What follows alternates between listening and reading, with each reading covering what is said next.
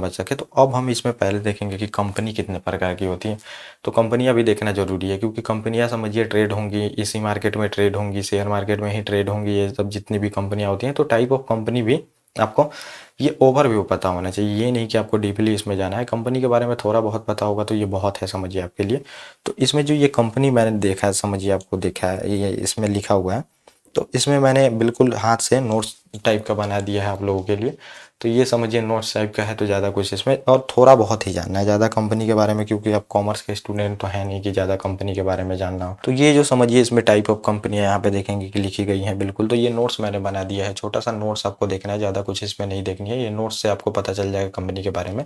तो ये कंपनी में देखिए टाइप ऑफ कंपनी यहाँ पे जो फॉर्म होते हैं, तो फॉर्म भी बोलते हैं, कंपनी भी बोलते हैं, इंस्टीट्यूशन भी बोलते हैं इनको। तो ये पहला नंबर आपको देखने को मिलेगा। तो ये सोल प्रोप्राइटरशिप बोलते हैं इसको। समझिए कि ये एक स्वामी वाली कंपनी होती है, समझिए मतलब एक इंडिविजुअल खोलता है, जैसे मैं खोल दूँ किसी कंपनी को, इसमें सिंगल ओनर ही रहता है ज़्यादातर। इसमें देखेंगे कि कोई समझिए आपको ये भी नहीं मिलेगा कि कौन कौन सा इसमें पार्टिसिपेशन कर रहा है। चाहे इसमें देखेंगे उस टाइम मैंने जो कंपनी बताया था तो वो 5-6 लोग मिलकर खोलते हैं, लेकिन इसमें सिंगल ओनर रहता है। समझिए ओनर एक ही मालिक रहता है, एक ही स्वामी वाली ये कंपनी होती है। तो बहुत सारे कंपनियां देखेंगे जो कि एक सिंगल हैंड में होती है, कोई मतलब नहीं रहता, वो बस वही कंपनी वाले जो समझिए वो मालिक है वही चलाता है।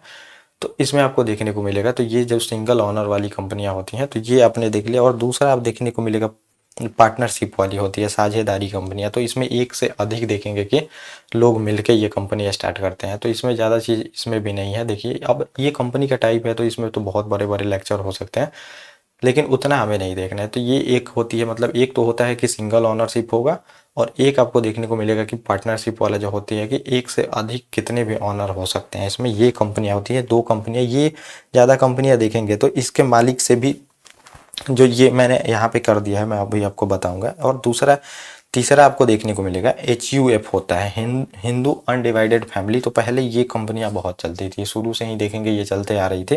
तो इसमें ये नहीं है कि हिंदू वाले ही बस आते हैं, हिंदू, जैन, सिख देखेंगे, बुद्धिस्ट ये भी आते हैं, इनके परिवार वाले आते हैं समझिए बीच में।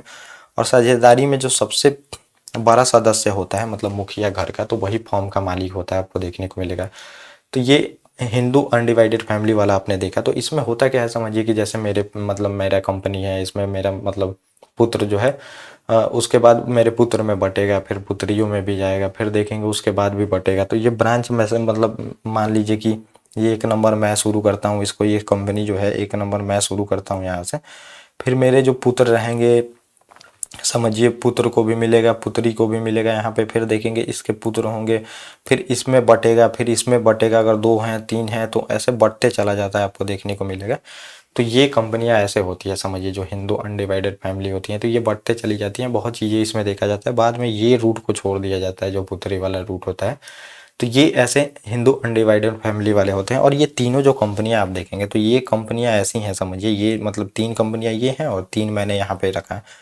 तो ये जो 3 कंपनियां हैं समझिए, तो ये कंपनी और मालिक को एक ही समझा जाता है समझिए। अगर मान लीजिए कि कंपनी में कोई लॉस होता है, चाहे मान लीजिए कि आप बहुत सारे समझिए कि उसमें एम्प्लॉय को रखे होंगे, एम्प्लॉय को अगर समझिए कि सैलरी नहीं जा रही है, कंपनी लॉस में जा रही है, तो उसमें सबसे पहले अब आपकी प्रॉपर्टी और कंपनी के समझिए कि प्रॉपर्टी अलग मानी जाती है। अगर आप बिजनेस लाइन में देखें तो मालिक जो है ये समझिए, ऐसा नहीं है कि कोई कंपनी लॉस होती है तो मालिक फिर वहाँ पे अपना पैसा बेच के समझिए देना पड़ेगा। जैसे बैंक है समझिए, नेशनल सरकारी बैंक आपको देखने को मिलते हैं।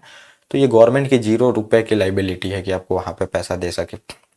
अगर बैंक कोई डूबती है तो गवर्नमेंट का वहाँ पे कोई लाइबिलिटी नहीं बनती है कि आपको पैसा चुकाना ही है, क्योंकि जो बैंक है वो अलग एंटिटी है, फिर गवर्नमेंट अलग एंटिटी है। वो आप अलग बात है कि समझिए बैंक को गवर्नमेंट डूबने नहीं देती है, क्योंकि इकोनॉमी जो होती है समझिए कि ट्रस्ट पे चलती है। तो ट्रस्ट समझिए डेफिसिट जैसे पब्लिक का ट्रस्ट जाने लगता है तो बैंकिंग सेक्टर फिर वहाँ पे लोग अपना पैसा निकालने लगेंगे, क्योंकि बैंक डूबने वाला है। लेकिन सरकारी बैंकों में क्या पता रहता है लोगों को कि ये तो सरकार का बैंक है और सरकार कभी हमारा पैसा नहीं खाएगी। लेकिन बैंक और समझिए कि बिल्कुल गवर्नमेंट बैंक डूबती है तो गवर्नमेंट का 0 रुपए का लाइबिलिटी बनता है उसमें, लेकिन गवर्नमेंट बैंक नहीं डूबने देती है क्योंकि पब्लिक का ट्रस्ट वहां पे चला जाएगा। तो ये होता है। तो समझिए सेम इसमें अलग चीजें होती हैं। अब इसमें आपको देखने को मिलेगा, मैंने कंपनी खोला है, अगर कंपनी को लॉस होती है वहां पे समझिए पैसे बहुत ज़्यादा बैंक पे उधार हैं, मैंने मतलब बैंक से लिए थे पैसे, चाहे पब्लिक का बहुत ज़्यादा पब्लिक उसमें काम कर रही थी, उनको सैलरी नहीं गया है, तो अब क्या होगा, मेरा जो प्रॉपर्टी होगा प्रॉपर्टी, मान लीजिए कि मेरा बहुत सारा बंगला है, चाहे खेत वगैरह कुछ भी, जो भी, तो उसको बेचा भी जा सकता है, उसको बेच के ये चुकाया जा सकता है, बैंक का लोन, फिर देखेंगे एम्प्लॉय को सैलरी, ये सब दी जा सकती है। तो ये तीनों में ये चीज़ें होती है, आपको देखने को मिलेगा। स्वामी जो होता है, मतलब समझिए जो मालिक है उससे पैसे वसूले जा सकते हैं, इसमें आपको देखने को मिलेगा। और इसमें देखेंगे तो कंपनी एवं स्वामी जो होते हैं समान माने जाते हैं। तो ये जो कंपनी और मैंने बोला मालिक एक ही माने जाते हैं इसमें। इसमें कंपनी से भी पैसा वसूला जा सकता है। और फिर जो कंपनी पैसा नहीं मतलब चुका पाती है, मान लीजिए कंपनी डूब गई तो वो पूरी तरह से कंपनी को बेचा जाएगा, वहाँ पे सबका पैसा चुकाया जाएगा जिसका जिसका उधार होगा, लेकिन फिर भी नहीं चुका पा रही है कंपनी के प्रॉपर्टी से, तो अब जो मालिक था उसका, तो मालिक की भी प्रॉपर्टी बेच के उस पैसे को चुकाया जा सकता है। तो इस तीनों कंपनियों में आपको देखने को मिलेगा, पार्टनरशिप, HUB और सोल प्रोप्राइटरशिप जो कंपनी होती है, तो ये तीनों कंपनियां से समझिए मालिक से भी पैसा लेके इसमें चुकाया जा सकता है। तो ये 3 कंपनियां आपने देख लिया, और ये 3 कंपनियां अलग है समझिए। तो इसमें लिमिटेड लाइबिलिटी और समझिए पार्टनरशिप LLP आपको देखने को मिलेगा। तो ये मैं आपको बताऊंगा, ये दोनों 5 और 6 हैं समझिए, उनका मिला जुला ही रूप है। तो ये मतलब एक अलग तरह की कंपनी है, इसको ज़्यादा हमें नहीं देखना है, ये कम ही आपको मार्केट में देखने मिलेगी। और फिर आपको जो समझिए सबसे दो दो है, तो ये फेमस आपको देखने को मिलेगा। पार्टनर्स देखेंगे, प्राइवेट लिमिटेड कंपनी जो होती है, तो बहुत सारी कंपनियों को आप सुना होंगे, प्राइवेट लिमिटेड कंपनी होती है, तो इसके जो शेयर होते हैं वो आम जनता को जारी नहीं किए जाते। तो इन तीनों कंपनियों से समझिए एक ही अंतर है, ये 5 नंबर वाली जो कंपनी है प्राइवेट लिमिटेड, देखेंगे प्राइवेट लिमिटेड कंपनी, तो इसमें एक ही अंतर है कि ये मालिक और फिर कंपनी अलग मानी जाती है, लेकिन शेयर आम लोगों को जारी नहीं किया जाता। इसके भी शेयर देखेंगे तो ये तीनों जो कंपनियां मैंने बताया, तो इसको भी जो शेयर होते हैं आम लोगों को जारी नहीं किए जा सकते। और ये 5 नंबर वाली प्राइवेट लिमिटेड जो कंपनी है, इसके शेयर भी आम लोग नहीं खरीद सकते, मतलब रिटेलर जो हमारे जैसे हैं ये नहीं खरीद सकते हैं। और इसमें लेकिन मालिक और फिर कंपनी अलग है। अगर कंपनी को लॉस होता है, उसका प्रॉपर्टी बेचा जाता है, समझिए बैंक को बहुत ज़्यादा लोन ले चुकी है कंपनी, एम्प्लॉय की सैलरी नहीं जा रही है, और इन सबको अगर मान लीजिए कंपनी बैंकरप्ट हो गई, मतलब दिवालिया हो गई, बैंकरप्ट हो गई समझिए यहाँ से, तो अब जो प्राइवेट लिमिटेड वाली कंपनी है उसका प्रॉपर्टी बेचा जाएगा और कंपनी का प्रॉपर्टी बेच के उन लोगों को चुकाया जाएगा। लेकिन यहाँ पे आपको देखने को मिलेगा मालिक का प्रॉपर्टी, मतलब जो मालिक था उस कंपनी का, उसको बेच के नहीं चुकाया जा सकता है। तो प्राइवेट लिमिटेड में यही अंतर होता है कि कंपनी और मालिक बिल्कुल अलग होते हैं, लेकिन आम जनता को इसके शेयर जारी नहीं किए जाते हैं। और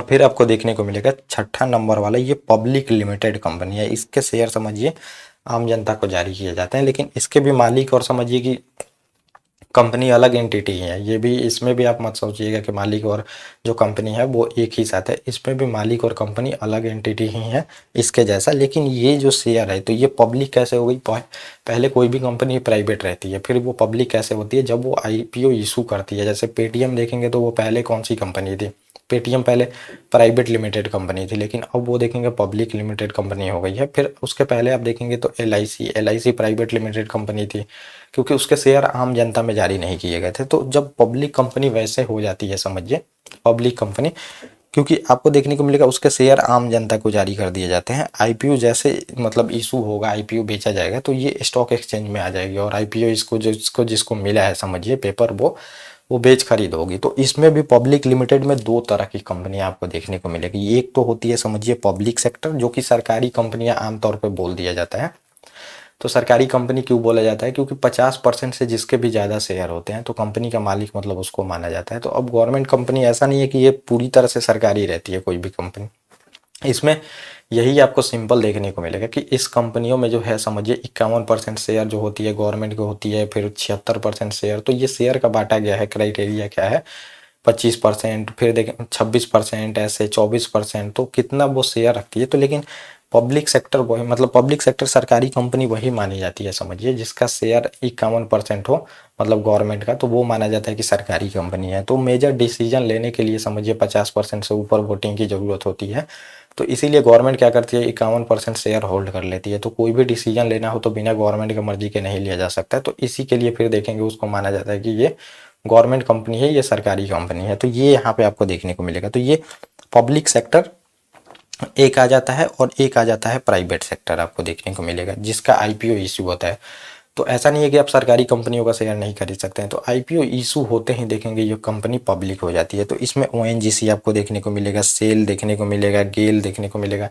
तो बहुत सारी गवर्नमेंट कंपनियां हैं, सेल, गेल, आपको एसबीआई भी देखने को मिलेगा इसमें। तो ये सब बोला जाता है कि गवर्नमेंट बैंक है, लेकिन ये गवर्नमेंट से अलग होती हैं। कंपनी और गवर्नमेंट बिल्कुल अलग होती हैं, वो चीज़ अलग है। लेकिन ये माना जाता है ये पब्लिक सेक्टर समझिए कि सरकारी होती हैं, और प्राइवेट सेक्टर देखेंगे तो ये है। लेकिन बहुत सारे लोग इसको समझते हैं कि ये प्राइवेट सेक्टर वाली कंपनियां हैं, लेकिन वो पब्लिक सेक्टर में ही दोनों को बांटा गया है ये कंपनी। अब जिसका शेयर समझिए ज़्यादा है पब्लिक सेक्टर में, ये आप देखेंगे तो प्राइवेट एंटिटी का अगर ज़्यादा शेयर है तो उसको प्राइवेट कंपनी बोल दिया जाता है।